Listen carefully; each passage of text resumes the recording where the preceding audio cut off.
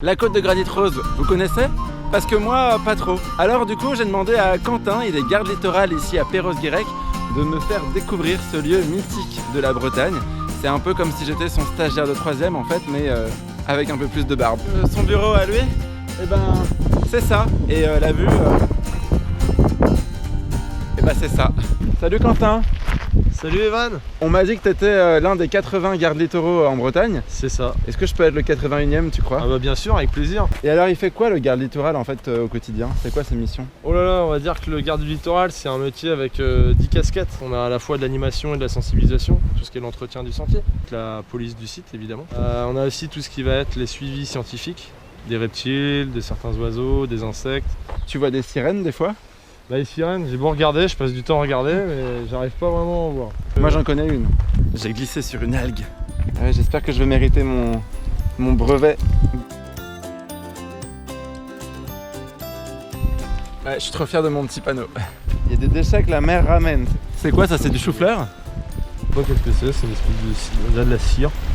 C'est dommage parce que tous ces petits morceaux, ils vont mettre des dizaines, voire des milliers d'années peut-être même à se dégrader. Et on les retrouve trop souvent dans les estomacs des mammifères marins. C'est quoi le truc le plus bizarre que tu aies pu repêcher? L'objet peut-être le plus lointain, c'était un sac de céréales qui venait d'Asie. Je n'ai pas pu déchiffrer si c'était du japonais, du coréen, du chinois. Eh mais quand on voit une eau comme ça, on se croirait en Corse ou en Martinique. Même mieux. En Bretagne. On est en Bretagne. Il fait toujours beau en Bretagne? Bien sûr, mais bah, tu sais bien qu'il fait toujours...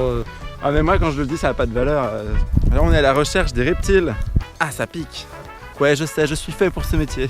On va essayer de voir si on peut trouver un petit lézard tranquillement. Si c'est un serpent, on n'est pas obligé de rester. Hein. Ouais, je le vois pas de manière.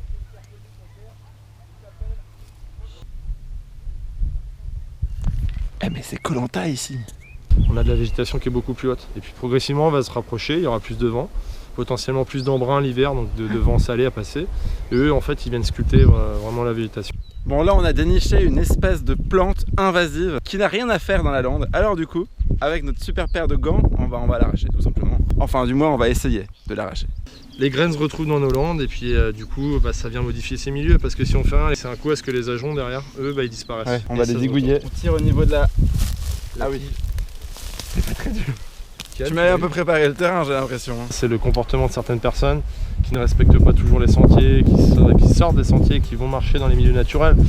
On pourrait se dire qu'en soi, une personne qui le fait, c'est pas si grave. Mais c'est une personne, plus une autre, plus une autre. Ça en fait comme ça des milliers par an, et si vraiment on reste pas attentif, on peut très vite avoir une absence quasiment complète des milieux naturels. On vient là plutôt justement comme pour en ce moment, voir les ajoncs en fleurs, et bientôt les bruyères pour avoir voilà, cette succession de couleurs, et qui font vraiment que la carte postale est si belle. Derrière le rocher là? Ouais. Ah ça se pourrait bien. Nolwenn? Nolwenn! Oh!